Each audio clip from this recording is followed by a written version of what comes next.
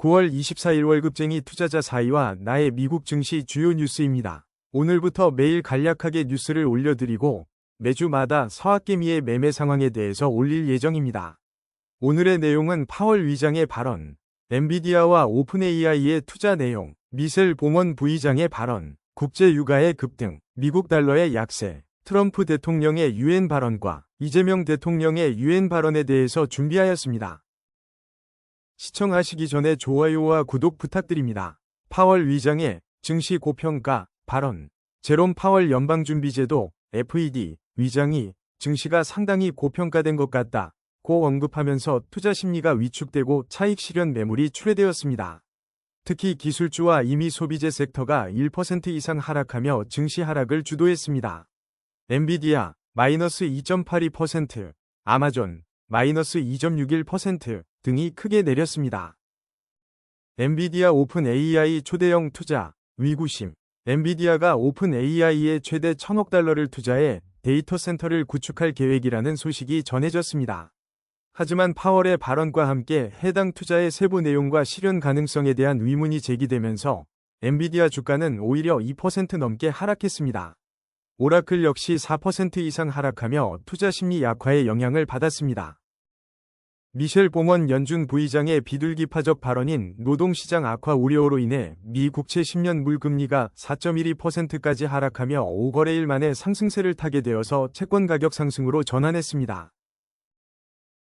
북대서양조약기구, 나토, 위 러시아에 대한 강경한 태도와 이라크 원유 수출 협상 교착 상태 등의 영향으로 뉴욕 유가, WTI는 배럴당 63.41달러로 2% 가까이 급등했습니다. 연준 위원들의 발언과 함께 달러 인덱스가 하락하며 달러화 가치가 2거래일 연속 약세를 보였습니다.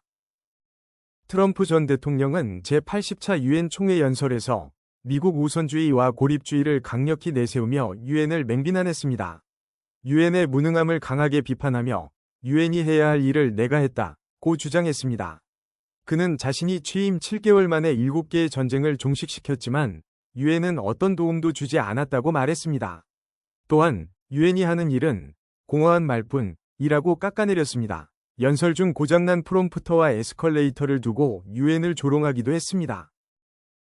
기후변화 대응을 전 세계에 저질러진 최대의 사기극이라고 규정하며 탄소 배출을 줄이려는 국제사회의 노력을 비난했습니다.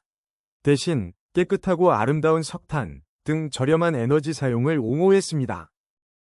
만약 당신이 불법으로 미국에 들어온다면 당신은 감옥에 가게 될 것이고 온 곳으로 돌아가게 될 것이라고 경고하며 강경한 반이민 정책을 강조했습니다.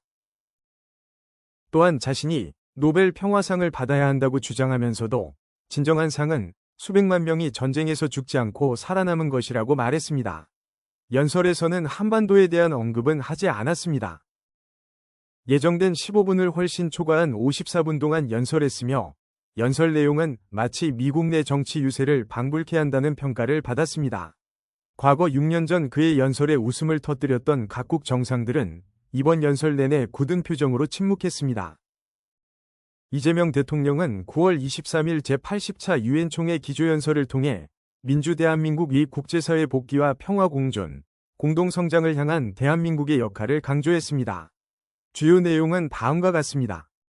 이 대통령은 한반도 평화를 위한 새로운 구상으로 엔드 이니셔티브를 제시했습니다. 이는 교류, 익스체인지, 관계 정상화, 노멀라이제이션, 비핵화, 데뉴클리어제이션, 위 앞글자를 딴 것으로 단계적인 대화 프로세스를 통해 한반도에서 적대와 대결의 시대를 종식, 엔드, 하겠다는 의미를 담고 있습니다. 핵심 원칙, 상대 체제를 존중하고 흡수 통일을 추구하지 않으며 일체의 적대 행위를 하지 않겠다는 세 가지 원칙을 분명히 밝혔습니다. 단계적 접근, 북한과의 불필요한 군사적 긴장과 적대 행위를 먼저 끊어내고 교류와 협력을 단계적으로 확대하여 지속 가능한 평화의 길을 열겠다고 강조했습니다. 비핵화는 단기간에 해결하기 어려운 과제라는 현실을 인식하고 핵능력 고도화 중단부터 시작해 축소를 거쳐 폐기에 이르는 실용적이고 단계적인 해법을 모색해야 한다고 언급했습니다. 오늘의 영상이 여러분의 투자에 도움이 되셨기를 바랍니다. 오늘도 시청해주셔서 감사합니다. 좋아요, 구독도 꼭 눌러주세요. 감사합니다.